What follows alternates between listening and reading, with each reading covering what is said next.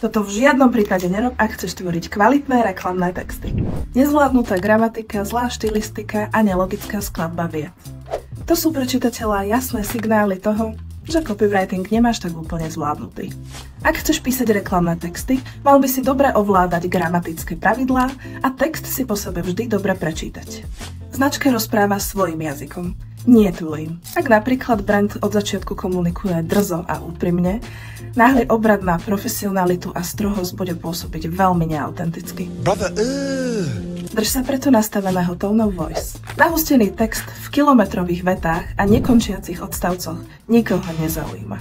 Je dokázané, že ľudia majú kratšiu pozornosť ako rybičky. Jedinou cestou k jej udržaniu je preto prevzdušnený a dobre štruktúrovaný text. Nepoužívaj generatívnu umelú inteligenciu. Používanie umelej inteligencie pri tvorbe textov je síce fajn, ale iba v prípade, ak sa to nedá rozoznať.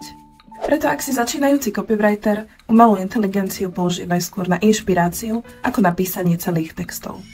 Ktoré nástroje umelej inteligencie pomáhajú pri tvorbe textu tebe?